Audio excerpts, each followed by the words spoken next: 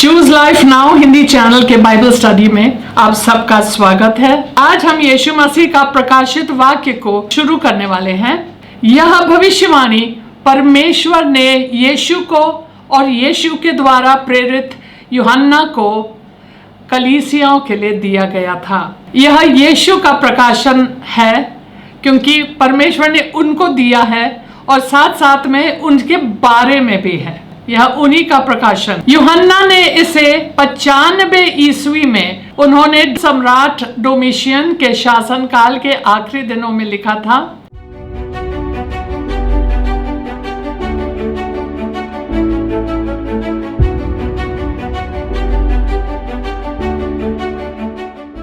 तो आइए इस अद्भुत भविष्यवाणी में शामिल हो जाए जो आज और भी नजदीक है, और हम प्रार्थना करते हैं कि परमेश्वर हमें बुद्धि और समझ की आत्मा दे। आइए प्रार्थना करते हैं। पिता परमेश्वर, धन्यवाद देते हैं इस पुस्तक के लिए, यह नया बाइबल स्टडी के लिए। चाहते हैं कि मुझे हम सबको बुद्धि की आत्मा और ज्ञान की आत्मा, उनके प्रकाशन में हम लोग बढ़े और हमारे जो आत्मिक आंखें हैं ज्योतिर्मय होने पाए। ऐसे चीज़ें लिखी हैं जो हम समझ नहीं पाते हैं अगर आपके पवित्र आत्मा के द्वारा हमें समझाया ना जाए। और इस पुस्तक में जब हम इसका अध्ययन शुरू कर रहे हैं, हम यीशु मसीह को देखने पाएँ उनके सारे रूपों में।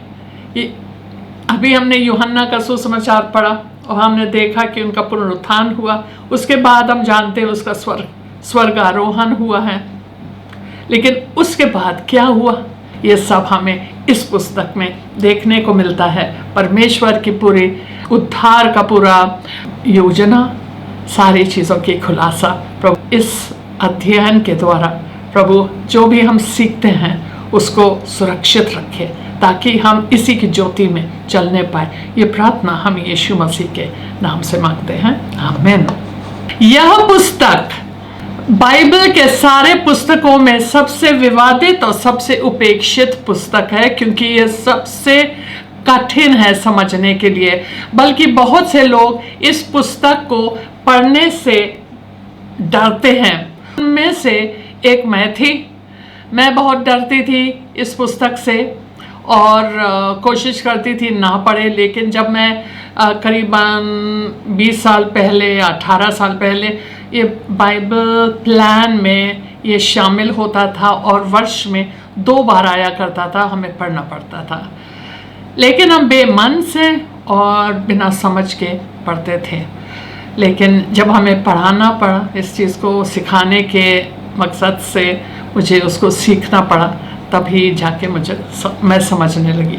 और जबकि मैं सोचती थी कि ये पुस्तक में केवल विनाश, मैं इस नज़रिए से देखती थी कि इस पुस्तक में केवल विनाश और एक परमेश्वर की ओर से एक प्रलय और इस पूरे विश्व का विनाश भी मैं देखती थी इस पुस्तक में। लेकिन मुझे ये नहीं पता था कि इसके पहले 4 शब्द है यीशु मसीह का प्रकाशित वाक्य, अपोकलिप्सिस यीशु क्रिस्तुस। मतलब कि यह यूनानी भाषा में कहता है कि यीशु मसीह का खुलासा, उसका प्रकाशन, उसके सामने से पर्दा को हटाने का। मैं करीबन 15 साल पहले मुझे यह पुस्तक पढ़ाने को कहा गया था। मैं समझ नहीं पाई पहले, यहाँ तक कि मैंने एक पुस्तक खरीदा था ताकि शायद उसको पढ़ के मैं समझूं। लेकिन एक दिन मैंने YouTube पे मैं इसको मतलब खोज रही थी, तो मुझे एक आदमी मिला, पास्टर थे शायद, और वो सिखा रहे थे प्रकाशित वाक्य और बहुत अच्छे तरीके से वह इसको सिखा रहे थे एक टाइमलाइन के द्वारा। मैं वह टाइमलाइन आपके सामने पेश करूँगी और आपको दिखाऊंगी कि सबसे पहले इस टाइमलाइन में मतलब सबसे पहले यीशु मसीह के स्वर्गारोहण के बाद पेंटिकॉस्ट आता है, और जब पवित्र आत्मा उतरता है तो ये कलीसिया का युग शुरू हो जाता है। और अब हम कलीसिया के युग में अभी तक हैं, क्योंकि हम इसी धरती पे हैं। और इस कलीसिया का युग उस दिन ख़त्म हो जाएगा जिस दिन यीशु मसीह अपने दुल्हन को, अपने कलीसिया को यहाँ से उठा ले जाएगा, क्योंकि वो हमारे लिए वापस आ रहे हैं। और तब 7 साल का कलेश शुरू होगा, 3.5 साल का कलेश और 3.5 साल का महाकलेश। उसके बाद यीशु मसीह फिर उतरते हैं स्वर्ग से। यह उसका मतलब वापस आने का दूसरा भाग है। पहले बार वो आता है आसमान में, अपने कलीसिया को लेके जाता है, और दूसरे बार कलीसिया के साथ आते हैं, लेकिन पूरे धरती पे पैर रख के वो आते हैं और फिर अपना धर्मी राज्य को, अपने शत्रुओं का विनाश, शत्रुओं को नष्ट करते हैं और अपना धार्मिक राज्य, 1000 साल का राज्य को स्थापित करते हैं। और ये सारी चीज़ें मैंने देखी इस टाइमलाइन में। और फिर इसके बाद से मोटा मोटा मैं बता रही हूँ ताकि आपको समझ में आए कि इस पुस्तक में क्या होगा। और फिर उसके बाद हम देखते हैं कि महान श्वेत सिंहासन का न्याय होता है, जिसमें यीशु मसीह न्याय करते हैं सारे मृतकों के और सारे जीवित लोगों के। और फिर नया स्वर्ग और नई धरती, और फिर उसके बाद अनंत काल की तरफ हम लोग जाते हैं और सब कुछ अनंत हो जाता है फिर से। सो हालेलुया।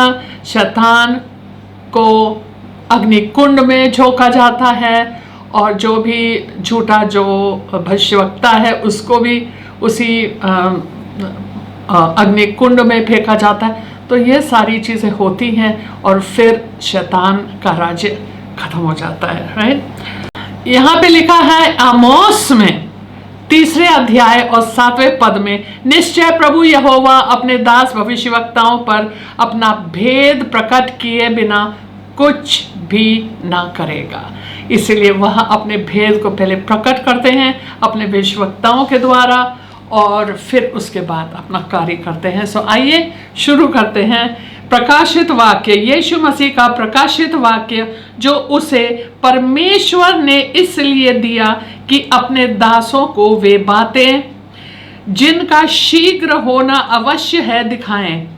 और उसने अपने स्वर्गदूत को भेजकर उसके द्वारा अपने दास यूहन्ना को बताया। यहाँ हम लोग देखते हैं कि यीशु मसीह को परमेश्वर ने यह प्रकाशन दिया ताकि यीशु के द्वारा वह अपने दासों को प्रकट करे, ताकि वह दास अपने यीशु मसीह के कलीसियाओं को यह दिखाएं ये क्या होने वाला है।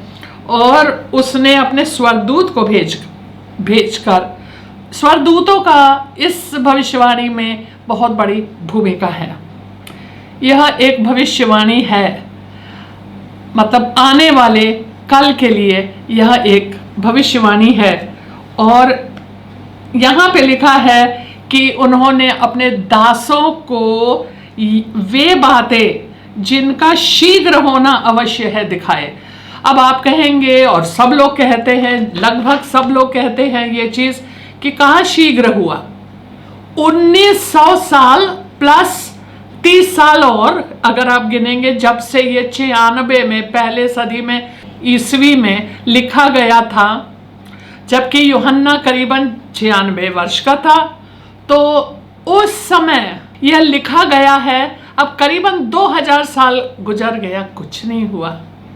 क्या हुआ? और सब लोग ताना देते, क्या हुआ? लिखा तो है जरूर, हमारे बाप दादा बोलते थे, लेकिन अभी तक कुछ नहीं हुआ, क्योंकि यहाँ पे लिखा है शीघ्र होने वाला है।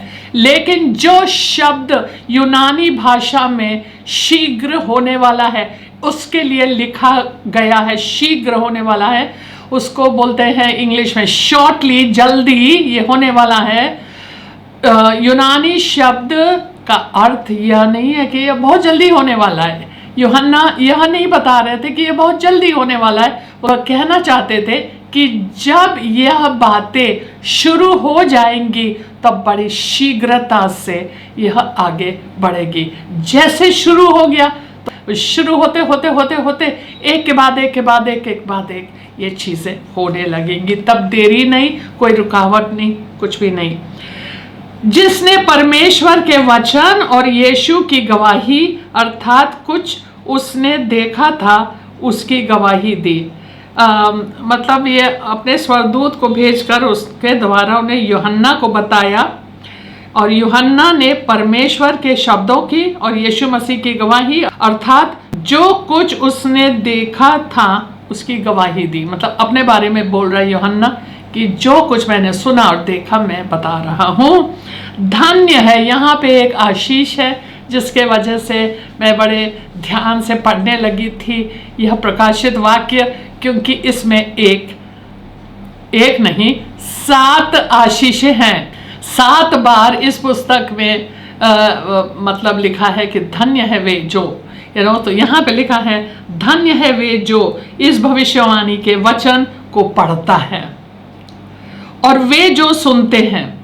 तो मैं भी धन्य हूँ क्योंकि मैं पढ़ रही हूँ, आप धन्य हो क्योंकि आप उसको सुन रहे हैं और इसमें लिखी हुई बातों को मानते हैं, क्योंकि समय निकट है। जरूरी है कि मतलब बाइबल को केवल हम लोग जानते हैं कि केवल इसको सुनने से ही कुछ नहीं होगा, उसको पढ़ने से ही कुछ नहीं आपको आशीष मिलेगी, लेकिन सुन के, पढ़ के, सुन के उसको मानना जरूरी है, उस पे चलना बहुत जरूरी है। जब हम उस पे चलते हैं, इसका मतलब है ये जो चीज़ें हम सुन रहे हैं, यह सारी बातें हमारे मन पे एक प्रभाव डाल रहा है और हम इसी की ज्योति में चलना चाहते हैं। समय बहुत निकट है, सब कुछ जो भी परमेश्वर की योजना के अनुसार हो रहा है, यह समय निकट है और इसलिए हमें उसको मानना भी चाहिए। आमीन। तो यह एक आशीष है। धन्य है वे जो इस भविष्यवाणी के वचन को पढ़ता है। इसका मतलब कि यूहन्ना ने चाहा कि यह पुस्तक जब वह 7 कलीसियाओं में भेजा जाता है तो वह चाहते थे कि यह भविष्यवाणी पढ़ा जाए, लोगों के सामने पढ़ा जाए। यूहन्ना की ओर से आसिया की 7 कलीसियाओं के नाम, उसकी ओर से जो है और जो था और जो आने वाला है, और उन 7 आत्माओं की ओर से जो उसके सिंहासन के सामने हैं, और यीशु मसीह की ओर से जो विश्वास योग्य साक्षी और मरे हुओं में से जी उठने वाले में पहलौठा और पृथ्वी के राजाओं का हाकिम है, तुम्हें अनुग्रह और शांति मिलती रहे। यहाँ पे आपको यह बताया जा रहा है कि यीशु मसीह की यह जो पत्री है, यह हमें यहाँ पे बताया जा रहा है कि यूहन्ना किसको लिख रहा है, ये कलीसिया को लिखा जा रहा है, लेकिन कलीसिया में केवल 7 कलीसियाओं का नाम दिया गया है। और इस प्रकाशित वाक्य में यह संख्या 7 बहुत बार प्रयोग किया जाता है। यह 7 नंबर जो कि पूर्णता और सिद्धता को दर्शाता है, यह 7 नंबर जो है बहुत बार इस्तेमाल होता है। तो 7 कलीसियाओं को लिया गया है जो कि आसिया माइनर में था, जो कि आधुनिक तुर्की है और आसिया के सबसे पश्चिमी भाग में स्थित है। यह 7 कलीसियाएं, एक गोलाई में ये 7 कलीसियाएं हैं जिसमें सबसे पहला नाम एफेसुस है। अब बहुत सारे कलीसियाएं थे, हम लोगों ने इतने सारी पत्रियां पढ़ी जो पौलुस ने लिखा। एफेसुस एक है ना, लेकिन कोरिन्थ है, रोम है, कोलोसे है, फिलिप्पी है, ये सब नहीं है इसमें। लेकिन यह जो 7 कलीसिया के नाम दिए गए, ये क्यों चुने गए हैं? पहली बार जो भी हो सकता है, हम इसके बाद में आपको बताते रहेंगे। जो चीज़ें हमें बतानी है, सब चीज़ एक दिन में नहीं बता पाएंगे, नहीं तो यह अध्याय ख़त्म नहीं कर पाएंगे। सबसे पहली बात है, ये 7 कलीसिया को चुना गया क्योंकि 7 एक सिद्धता का नंबर है, संख्या है। मतलब कि सारे कलीसियाओं को उसी के अंदर शामिल किया गया है। और ये जो अभिनंदन है या जो भी आशीष है, सबसे पहले पिता परमेश्वर की ओर से दिया जा रहा है कि उसकी ओर से जो है, जो था और जो आने वाला है, वह पिता परमेश्वर यहोवा खुद है। यह आशीष उनके तरफ से और उन 7 आत्माओं की ओर से जो उसके सिंहासन के सामने हैं। वो 7 आत्माएं जो हैं, जो कि हम यशाया के 11वें अध्याय और पद संख्या 2 में पढ़ सकते हैं। यह है प्रभु की आत्मा, बुद्धि की आत्मा, समझ की आत्मा, युक्ति की आत्मा, पराक्रम की आत्मा, ज्ञान की आत्मा और यहोवा की भय की आत्मा। यह सब यीशु मसीह में है। और यह 7 आत्माएं या उसके 7 उनके गुण, आप कह सकते हैं कि उसके गुण है, आत्मा के गुण। ये 7 आत्माओं को जो वहाँ पे उसका वर्णन किया गया है यशाया 11 में, वह एक बार फिर से यहाँ दिया गया है कि उन 7 आत्माओं की ओर से जो उसके सिंहासन के सामने है, पिता परमेश्वर के सामने के सिंहासन के सामने। और फिर तीसरा है, यह त्रित्व परमेश्वर के तरफ से 7 कलीसिया को आशीष दिया जा रहा है। तो पिता का नाम आ गया है, पवित्र आत्मा का नाम आ गया है, और अब यीशु मसीह, और उसका वर्णन कुछ इस तरीके से किया गया है। और यीशु मसीह की ओर से जो विश्वास से योग्य, साक्षी और मरे हुओं में से जी उठने वालों में पहलौठा। तो मतलब कि विश्वास योग्य साक्षी, पहली बात है वो विश्वास योग्य है क्योंकि उन्होंने अपने पिता के कार्य को पूरा किया, उन्होंने अपने पिता की इच्छा को पूरे तरीके से किया। वह साक्षी है। साक्षी का अर्थ अगर यूनानी भाषा में पढ़ा जाए, उसका शब्द है मार्टर, जो कि शहीद होता है। तो वह उन्होंने अपने पिता के काम को करने के लिए अपना प्राण भी दे दिया। साक्षी है, विश्वास योग्य साक्षी। और मरे हुओं में से दिखाना चाहते हैं कि वो मर गए इस कार्य को करने के लिए, और मर के वह जी उठे। आप जानते हैं कि यीशु मसीह को कोई मार नहीं सकता था। जब हम यूहन्ना सिखाते थे तो यूहन्ना के 10वें अध्याय में यीशु ने खुद कहा कि कोई हमारे प्राण हमसे ले नहीं सकता, मैं खुद उसको सौंपता हूँ और मुझे उसको एक बार फिर से उठाने का भी हमें अधिकार दिया गया है। कोई उसको गिरफ्तार नहीं कर पाया, कोई उसको क्रूसित ना कर पाया अगर वह अपने तरफ से सहयोग ना किए होते। लेकिन उन्होंने सहयोग किया और उनको अपने प्राण देनी थी। और आखिरी में जब उन्होंने कहा पूरा हुआ, यूहन्ना के 19 अध्याय में, तब वहाँ पे उन्होंने कहा पूरा हुआ, और फिर उन्होंने सर झुकाकर अपनी प्राण दे दी, अपनी आत्मा को इजाज़त दिया। सो हालेलुया। वह मरे हुओं में से जी उठने वालों में पहलौठा। आप कहेंगे बहुत लोग जी उठे हैं, लाजर जी उठे, बहुत सारे लोग जी उठे हैं, यर्रे की बेटी, वो लोग सब एक बार फिर से मर गए। लेकिन यीशु मसीह जी उठे, उसके ऊपर बाइबल बताती है मौत की कोई प्रभुता अब नहीं है। वह दोबारा मरने का नहीं। अच्छा, उसके ऊपर मौत की कोई भी प्रभुता अब नहीं है। वो उसको दोबारा मरने की कोई आवश्यकता नहीं है। वह सदा के लिए जिंदा है।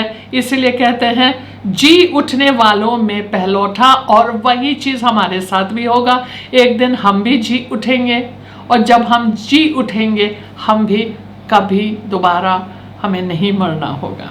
ठीक है, एक ही बार मरना है। क्या कहते हैं, इस शरीर को छोड़ के हमें जाना है। और अगर रैप्चर में हम हैं, जो कि हम आशा रखते हैं कि ना मरे, और रैप्चर में जब यीशु आएगा, मैं हूँ उस समय, तो हम उस समय तक जिंदा रहें, तो फिर मरना भी नहीं होगा, लेकिन इस शरीर को छोड़ना होगा। हर हालत में नया महिमा से भरा हुआ शरीर दिया जाएगा, कभी मरने का नहीं। जो दोबारा जन्म लेता है, 2 जन्म, पहला जन्म माँ के गर्भ से, दूसरा जन्म आत्मा और पानी से, तो ये जो 2 जन्म, जो लोग जिसका न्यू बर्थ होता है, नया जन्म होता है, जो 2 बार जन्म लेते हैं, उनको केवल 1 बार मरना होता है। जो केवल 1 बार जन्म होता है उसको 2 बार मरना होता है। मतलब एक तो ये शरीर को यहाँ छोड़ के, और फिर आखिरी में आग के झील में झोंके जाएंगे, और वह एक आखिरी और अनंत मौत है। लेकिन हम लोग उससे बच गए हैं क्योंकि यीशु मसीह हमारे वास्ते वहाँ गए ना। सो यहाँ पे लिखा है वो पृथ्वी के राजाओं का हाकिम है, प्रभुओं का प्रभु, राजाओं का राजा, और सारे इस धरती के सारे हाकिम, सारे अधिकारी, सारे राजा, सारे लोग, उन लोग को घुटना टेकना होगा। वह आज इतने लड़ भिड़ रहे हैं एक दूसरे से ताकि वह अपना शान दिखाए और अपना सामर्थ दिखाए, लेकिन उस दिन में कुछ नहीं चलेगा। जब यीशु मसीह वापस आएगा उन लोग सब नष्ट किए जाएंगे, क्योंकि यह लोग नहीं चाहते हैं कि यीशु मसीह उनके ऊपर राज्य करे, इसलिए उन लोग को उनका समय ख़त्म हो जाएगा, उन लोग का विनाश होगा, ख़त्म हो जाएंगे, और यीशु मसीह अपना राज्य स्थापित करेगा। सारे राजाओं के हाकिम हैं। तुम्हें अनुग्रह, उनके तरफ से भी अनुग्रह और शांति मिलती रहे। यह अभिनंदन, यह आशीष पिता, पवित्र आत्मा और यीशु मसीह की तरफ से 7 कलीसियाओं, जो कि एशिया माइनर में है, जो कि आधुनिक तुर्की है, वहाँ पे जहाँ पौलुस ने इतना प्रचार किया और इन सारे कलीसियाओं को स्थापित किया, उस जगह को एशिया माइनर कहा जाता है। आज हम यहीं पर इस बाइबल स्टडी को समाप्त करते हैं, और प्रकाशित वाक्य का पहला अध्याय के शेष भाग हम अगले वीडियो में करेंगे। आप सबको जय मसीह।